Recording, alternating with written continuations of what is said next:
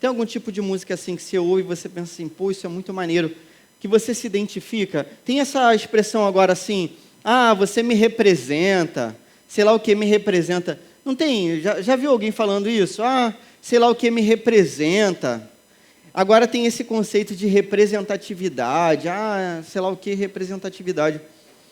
Pô, eu lembro que quando eu era adolescente, tem pouco tempo, como você deve notar, poxa, eu ouvia muito Legião Urbana. Alguém conhece essa banda aqui, Legião Urbana? Já ouviu falar? Pô, aí, maneiro. Uma galera, tem um pessoal que não levantou a mão. Eu acho que só não levantou a mão, mas deve conhecer. Cara, eu curtia muito Legião Urbana e cantava as músicas lá, amarradão. Sabe, João de Santo Cristo, aquela música de 12 minutos, sabia a música toda. Até o palavrão que fala no final, sabia. Na época eu não ligava muito para essas coisas, depois, poxa, Deus purificou meu coração, minha língua e tal. Mas aí, pô, ouvia muito Legião Urbana, assim, gostava muito, muito mesmo. E era aquela época que você, pelo menos comigo, você começava a gostar da galera da escola, assim, das meninas da escola e tal. Inclusive, eu me casei com uma menina da escola, não sei se você sabe, né?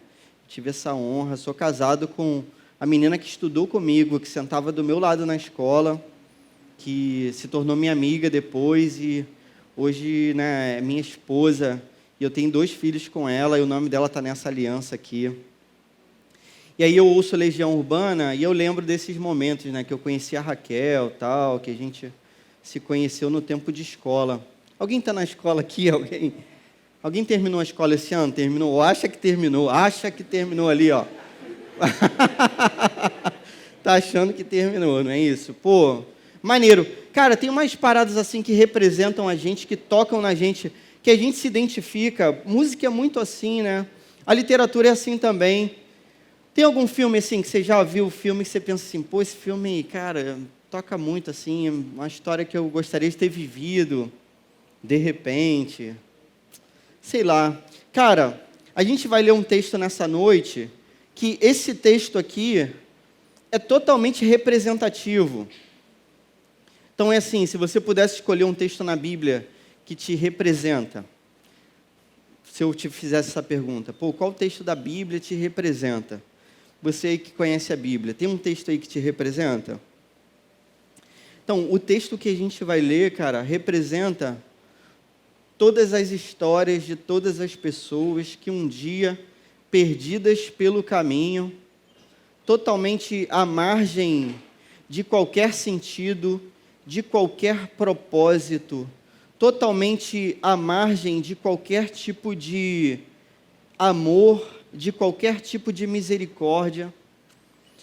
Esse texto conta a história dessas pessoas que, mesmo contra todas as expectativas e contra todas as possibilidades, foram encontradas por Jesus Cristo e as suas vidas fizeram sentido. A gente vai ler a história de um homem que era um mendigo. E o Evangelho faz essa singela e bonita comparação com a nossa vida. Por mais rico que a gente seja, sem o Evangelho de Jesus, nós somos comparados a mendigos. Sem esse encontro verdadeiro com Jesus, a gente está totalmente fora, totalmente à margem do propósito de Deus para a nossa vida, que é um propósito maravilhoso. Cara, qual é a parada? Deus te criou, você consegue entender esse negócio? Deus fez a sua vida e Ele planejou a sua vida para que a gente se encontrasse hoje nesse momento, cara. Olha que doideira. Eu vivendo lá na minha terra, longe daqui, tal, e você vivendo do seu jeitinho, a gente de idades diferentes. A gente se encontra nessa noite, nesse texto. Esse texto conta a minha história, esse que é o lance. Toda vez que eu olho para esse texto, cara, eu me vejo nesse texto, gritando pela estrada tortuosa dessa vida, para que Jesus tivesse compaixão de mim. E toda vez que eu olho para esse texto, cara, eu choro com esse texto, porque esse texto é bonito demais. Poxa, eu gostaria que você se identificasse com esse texto. Eu gostaria que você um dia dissesse assim, ó, esse texto me representa. Esse texto é a história da minha vida. Que seja a história da sua vida nessa noite. Olha o que diz esse texto. Marcos 10, 46. Então chegaram a Jericó, quando Jesus e seus discípulos, juntamente com uma grande multidão, estavam saindo da cidade. O filho de Timeu, Bartimeu, que era cego, estava sentado à beira do caminho pedindo esmolas. Quando ouviu que era Jesus de Nazaré, começou a gritar: Jesus, filho de Davi, tem misericórdia de mim. Muitos o repreendiam para que ficasse quieto, e ele gritava ainda mais: Jesus, filho de Davi, tem misericórdia de mim. Jesus parou e disse: chamem-no. E chamaram o cego. Ânimo, levante-se, ele o está chamando. Lançando sua capa para o lado, de um salto pôs-se em pé e dirigiu-se a Jesus. O que você quer que eu lhe faça? Perguntou-lhe Jesus. O cego respondeu: Mestre, eu quero ver. Vá, disse Jesus, a sua fé o curou. Imediatamente ele recuperou a visão e seguiu Jesus pelo caminho. Amém. Cara, esse texto é um texto bonito demais. O que está rolando nesse capítulo aqui para você entender? O capítulo 10, se pudesse ser definido por alguma ideia, o capítulo 10, que a gente está estudando aqui há umas 5 semanas, ele na verdade fala do discipulado. Então é Marcos lembrando da vida de Jesus, Marcos, um dos discípulos de Jesus. Beleza, provavelmente Marcos ouvindo Pedro também contar as histórias de Jesus. Marcos está tentando se lembrar de alguns episódios que antecedem a entrada de Jesus em Jerusalém, para que ele seja logo depois morto e crucificado. Então Jesus ele está assim pertinho da cidade de Jerusalém, e daqui a alguns dias ele vai ser preso, ele vai ser torturado, ele vai ser açoitado, ele vai ser cuspido, vão lhe colocar uma coroa de espinhos na cabeça, ele vai ser esmurrado, ele vai ser desnudado, vão tirar as roupas de Jesus, e ele nu vai caminhar carregando a sua cruz até um monte chamado Calvário, e nesse monte ele vai sofrer a morte mais cruel na história, a mais cruel que o mundo antigo conseguia aplicar a um criminoso. E Jesus, mesmo sendo um homem santo e puro, Jesus, mesmo sendo o único perfeito, Jesus, ele vai se entregar, e ele diz que ninguém tira a sua vida dele, mas ele mesmo entrega a própria vida. Então ele se entrega a essa morte cruel, uma morte que era vista como uma maldição, era algo que nem era falado dentro das casas. Jesus vai ser morto numa cruz do Calvário, mas ele cumpre o que ele promete, e ao terceiro dia ele ressuscita. E essa é a esperança da igreja, essa é a nossa esperança. Antes disso acontecer, ele está caminhando para Jerusalém. E caminhando para Jerusalém, ele começa a explicar para os seus discípulos o que seria o discipulado. No momento um pouquinho anterior a esse, Jesus está recebendo o pedido de 2 irmãos. Tem 2 irmãos aqui? Tem aqui. Poxa, achei perto de mim aqui, eu não esperava. Eu ri porque eu achei que eu fosse olhar bastante, mas encontrei vocês aqui. 2 irmãos, vocês são 3 irmãos, não é isso? Pô, maneiro, cadê o outro irmão, gente? Ele não fica com vocês, né? Não quer sentar do lado de vocês, né? Beleza, então Jesus tinha acabado de receber o pedido de 2 irmãos, aí 2 irmãos falaram para Jesus assim: Senhor, quando chegar o seu reino, deixa a gente sentar de um lado, um à sua direita, outro à sua esquerda. Tipo assim, a gente ser muito importante, a gente receber glória contigo. Só que eles não estavam entendendo que Jesus estava caminhando para Jerusalém, não para tomar o reino, mas para ser morto e crucificado, para dar a sua vida. Tudo bem? Depois que isso acontece, Jesus fala para os discípulos assim: olha, na verdade vocês estão entendendo errado, entre vocês não vai ser assim. Quem quiser ser grande tem que ser pequeno. Quem quiser ser grande tem que ser como uma criança. Quem acha que tem algum valor deve se despir de todo tipo de valor e ser servo. Na verdade, vocês não têm que buscar serem os governantes dessa terra, mas serem escravos. Jesus acabou de falar isso para essa gente. E com certeza os discípulos não entenderam nada. E Jesus vai dar um exemplo para eles do que seja servir. Jesus então está pertinho de Jerusalém, ali em Jericó. Talvez a cidade mais antiga da terra de todos os tempos. A arqueologia diz que essa cidade tem 9.000 anos. Então Jesus está em Jericó. Jesus está com seus discípulos e tem uma galera indo com ele. Só que no caminho tem um homem sentado no caminho. Esse homem é cego. Então, cara, olha só. Não tem ninguém aqui que seja cego. Tem alguém aqui cego nessa noite? Se hoje em dia ser cego é algo muito difícil, por conta de acessibilidade, de condições, poxa, entende? A gente tem, cara, quase nada na nossa cidade é preparada para um cego, quase nada. Existem umas obras meio maquiadas aí, que você acha que tem um piso tátil por aí, tem um sinal sonoro. É um no meio de tudo que não tem, tudo bem? Tudo desnivelado, tudo muito ruim. A cidade de vocês é ruim, imagina a minha. A minha é muito pior para uma pessoa com deficiência, infelizmente. Eu moro aqui pertinho, em São Gonçalo. No tempo de Jesus, se você tivesse um trabalho, você já corria o risco de passar fome. Esse risco era bastante concreto. Então assim, poxa, eu sei fazer alguma coisa, eu sou um carpinteiro, eu sei fazer alguma coisa, sou um pedreiro, eu sei fazer alguma coisa, sou um lavrador. Por questões climáticas, por questões de qualquer tipo de adversidade, você já podia passar fome. Um cego, ele tinha que necessariamente se tornar um mendigo. Ele necessariamente ia depender da ajuda dos outros para sempre, nesse tempo. Não tem, cara, não tem lei que proteja o cego nesse tempo. Beleza, não tem vaga na universidade específica. Não tem. Não tem ações e políticas afirmativas no Brasil, não tem política de cota, não tem nada disso. O que tem aqui é o seguinte, se é cego, você vai passar fome.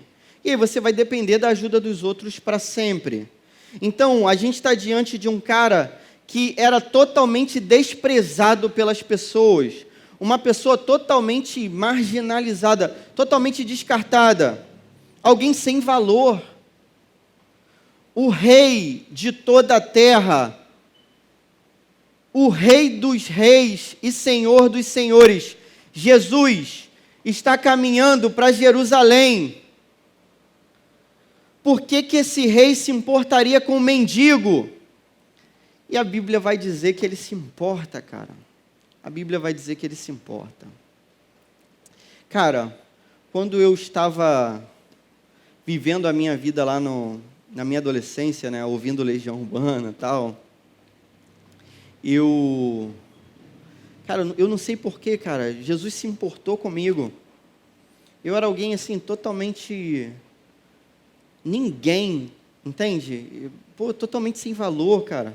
Totalmente, assim, desprezado, desprezível, totalmente inútil, totalmente pequeno, totalmente totalmente nada, totalmente zero.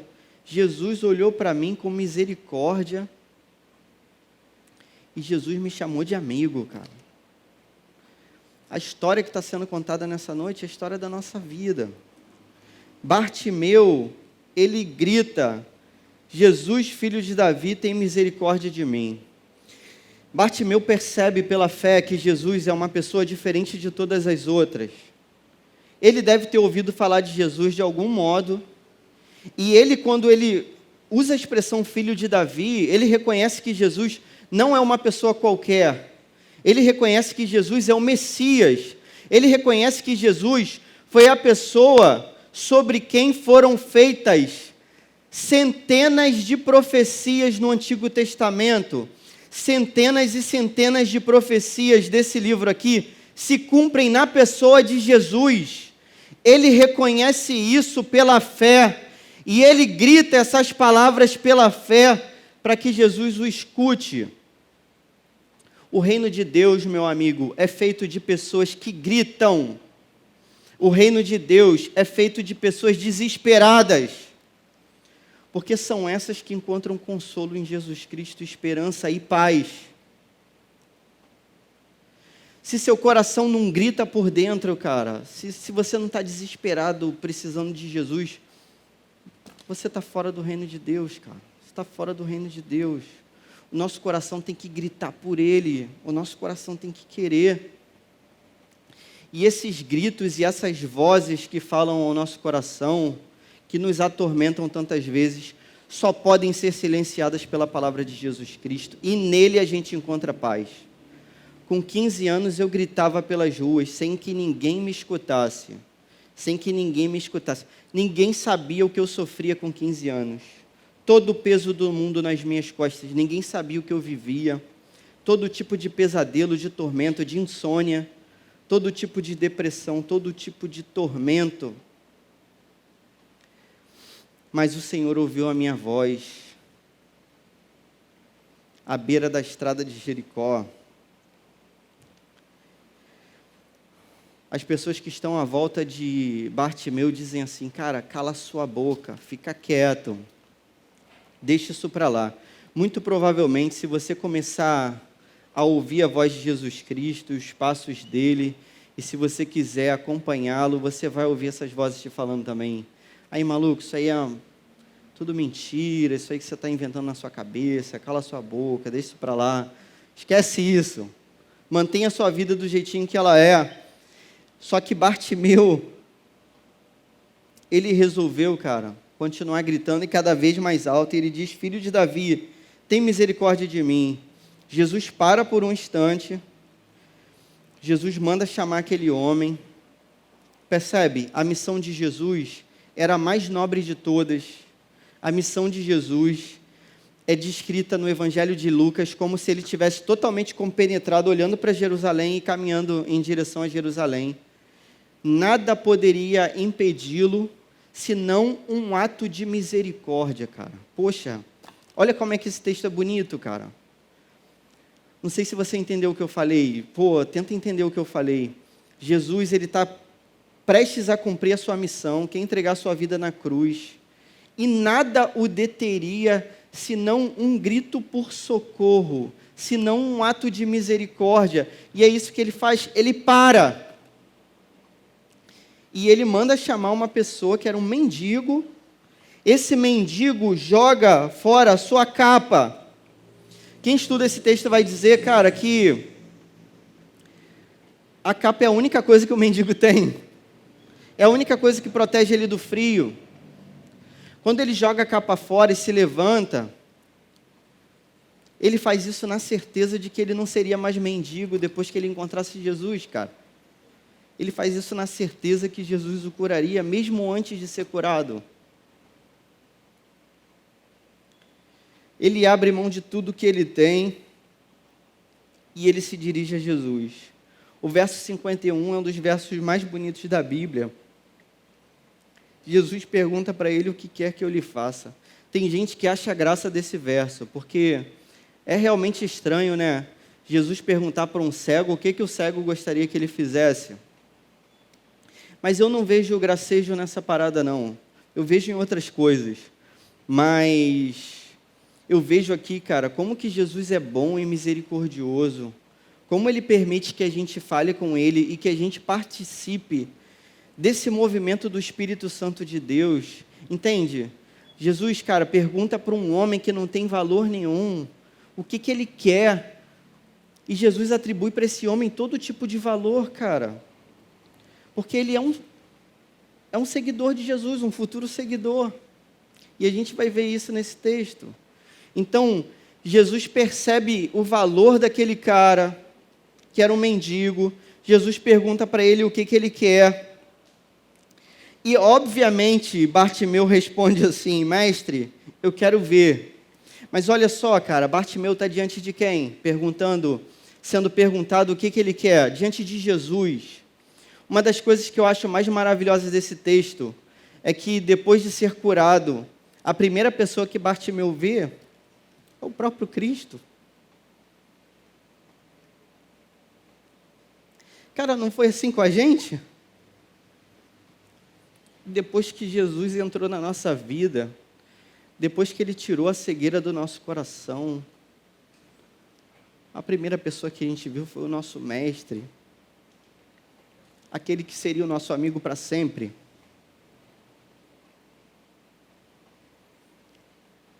E que a gente tinha certeza que a partir desse encontro a gente não andaria mais sozinho.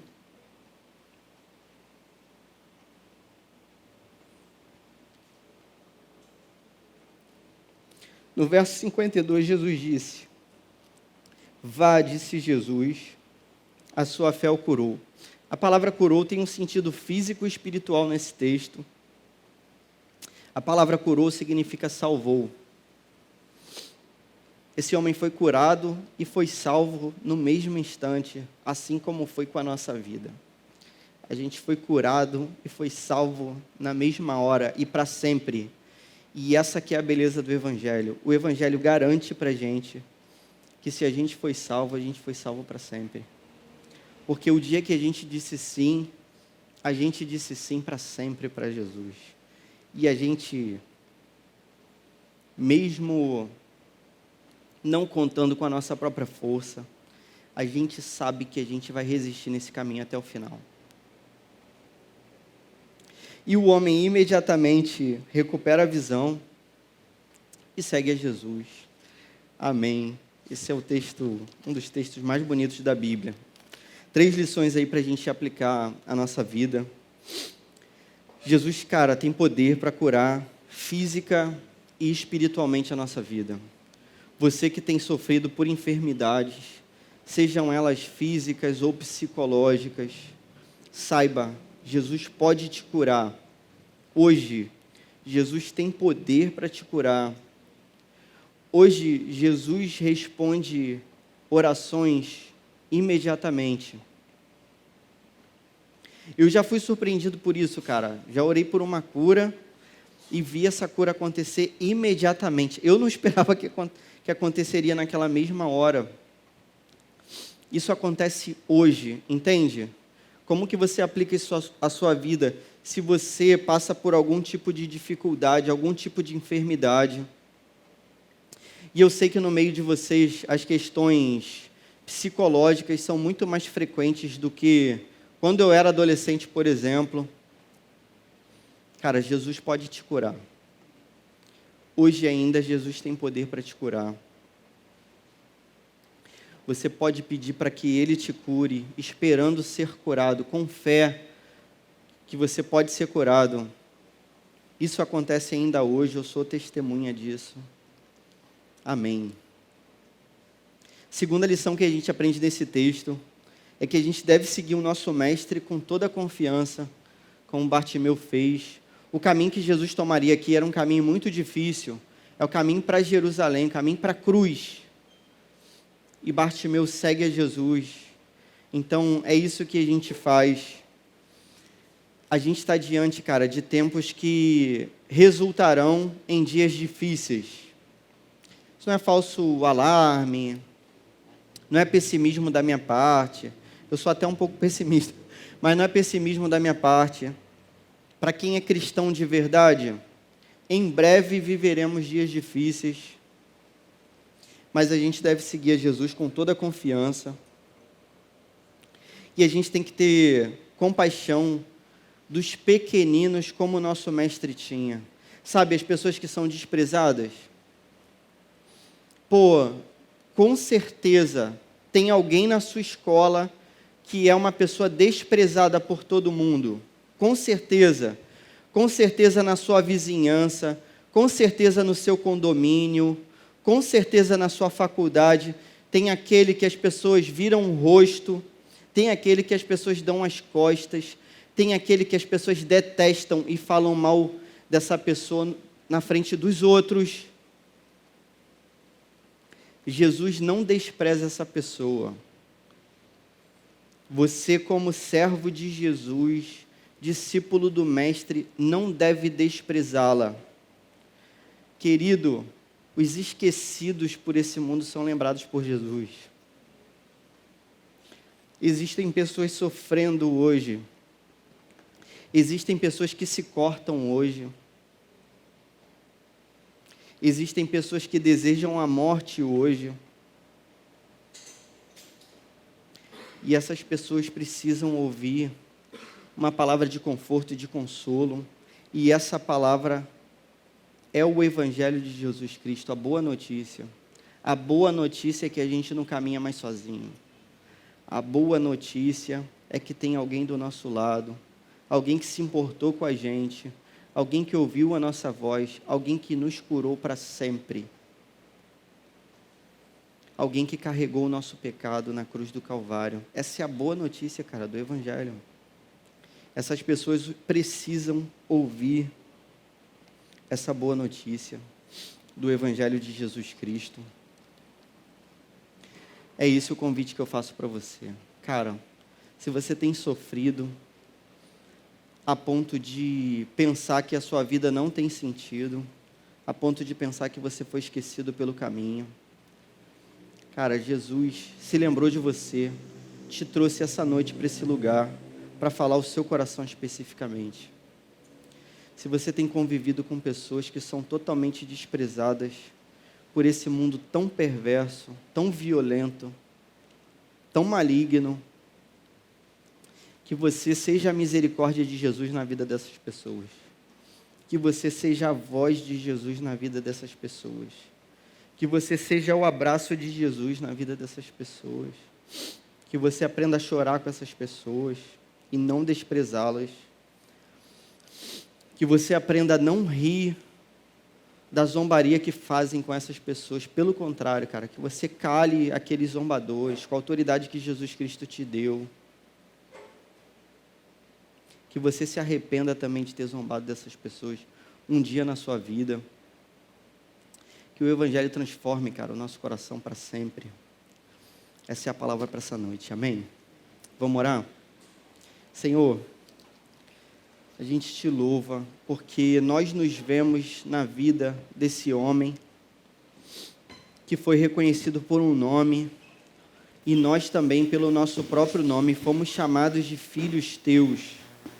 Nós te louvamos, porque na cruz do Calvário, nós encontramos o sentido para a nossa vida, e ainda que a gente fosse esquecido por todos, por ti nós fomos lembrados.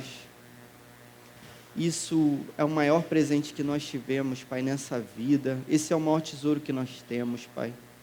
Que de modo nenhum isso se torne uma mensagem comum no nosso coração, mas pelo contrário, que a gente seja apaixonado pelo Teu Evangelho, Senhor. E por esse dia que nós nos encontramos contigo, Pai, mostra pra gente aqueles que são Teus filhos, que estão ainda pelo caminho, para que a nossa boca seja a Tua boca, Pai, para que a nossa palavra seja Tua, para que os nossos braços sejam Teus, Senhor, para que a gente não despreze os Teus pequeninos, que pelo contrário, Pai, a gente os acolha e os reúna até o dia da Tua volta. Assim como o Senhor ressuscitou, a gente crê que o Teu Filho voltará, Pai. A gente crê, Pai, que o Senhor cumprirá todas as Tuas promessas. É nessa esperança que a gente vive, Senhor, por ela que a gente vive. Em nome de Jesus, amém.